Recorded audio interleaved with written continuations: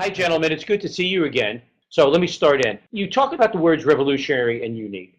Those words really scare angel investors because nobody really believes that things like this are revolutionary or unique. Those words are really bothersome to me. Can you tell me why you really believe that what you've done is so revolutionary? Or do you want to take that back? We've got that in spades, Brian. There has been an oversight in the industry for decades, starting with the hearing aid industry, on through the in-the-ear monitors that I invented to present day. It is a confusion between acoustic pressures and pneumatic pressures, even though these are orders of magnitude different in power. So when you put those earbuds in your ear and the kick drum on the bass rock and roll hits, it moves your eardrum visibly. Now, this is an oversight that never should have been allowed, and it's resulted in 30% increase in adolescent hearing loss. It's resulted in a 70% increased risk of hearing loss associated with the use of devices that we're all wearing right now. This is a huge oversight, and we not only discovered it, but we fixed it. I appreciate the understanding, having gone through teenage years with my kids and loud music.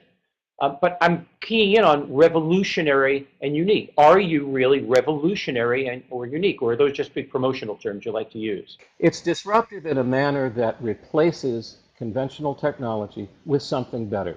That's revolutionary. Okay, that's the definition of revolutionary. And if we're not that, revolutionary doesn't exist. So let's talk about the technology. You think everybody should be listening to music in ear, or is it just personal taste?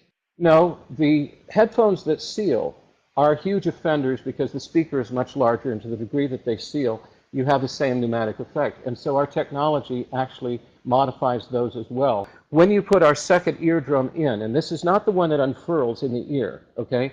It's a hole or a vent that would normally dump out all the bass that's covered with our membrane. So which is the one that you talk about unfurling? Is that a secondary product? Yes, it's not a minor product, but the first product simply is easy to do. You can take any conventional headphone or earbud and add this second eardrum to it, okay? Okay, so let's move without over to changing its architecture. Let's move over to the business side.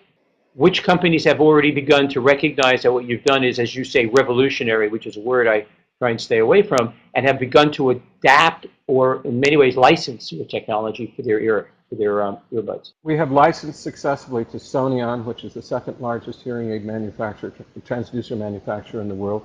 We've been in talks with just about all the big names. First, they were reluctant because it invalidates their existing stock, okay? As soon as it was obvious that we couldn't be stopped, they began to warm up to these talks and so forth.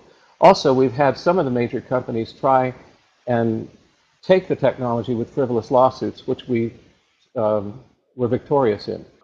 If you look at the earbud market, it's very fragmented. So the barriers to entry are low. The barriers to stay and sustain yourself are high. But if you look at Skull Candy, they've been in the market 8 years. Beats, about 6 years. Beats will probably be $1 billion. So you're going to sell your own consumer. You're going to sell your own branded consumer product.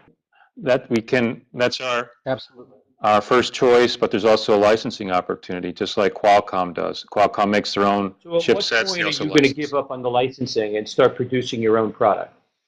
Or you're going to do both? We're starting on our own product now, Brian, and that's ready to launch, okay? The only reason that we haven't launched is because of the ongoing talks and negotiations that we have with a major celebrity, okay, which would change the logo and change the styling. So otherwise, that product would already be launched.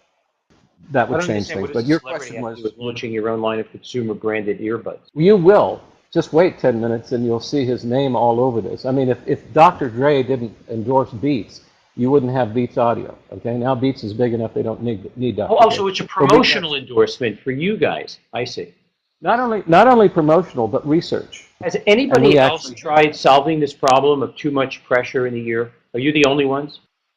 Well, we're the only ones that recognized it, so you can't really solve it if you don't really recognize it. We had to fight the industry for decades just to get this principle understood, and if it weren't for the studies that we did at Vanderbilt and the filming of it, and our video is the first time anybody ever filmed it, it was something that was totally overlooked. So what's the next milestone that you'll look at as being the critical one that says you're on the right path to success? Yeah, I'd say it's the Kickstarter launch. I mean, that will enable us to test the market, work the bugs out on our fulfillment and distribution and quality. That will be our That's a next raising of milestone. money. I'm talking about an adoption in the industry. Well, a Kickstarter launch actually gets the product in other people's hands, okay? The people who have used this and have tried it won't go back. It's like, you've got to come out with this product because I have to protect my No, but ears. I have to protect understand my that. But kids. generally, with technologies that are providing safe cover for a major company like Sony or others or Apple, where there are concerns perhaps of lawsuits from hearing loss, et cetera, I would just imagine in such a litigious society that they want to adopt your technology. Are you waiting for them? Is there someone that's going to be signing on soon? Yeah, we have a lot of things in the works that we can't talk about right now, but this recent negotiation with the celebrity is the key, okay? That one will cause the domino effect. I thank you so much for at least dealing with some of these questions.